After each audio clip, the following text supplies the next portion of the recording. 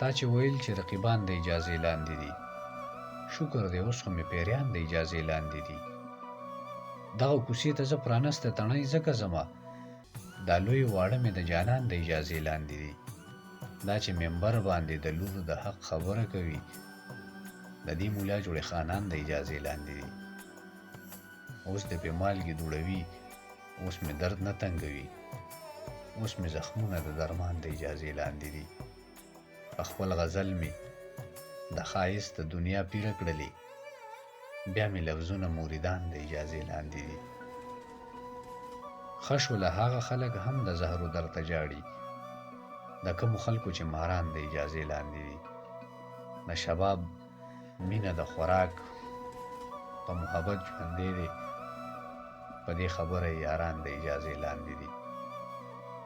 ښه شوله هغه خلک هم د زهرو درته جاړي، د کومو خلقو چې ماران د اجازې لاندې دي.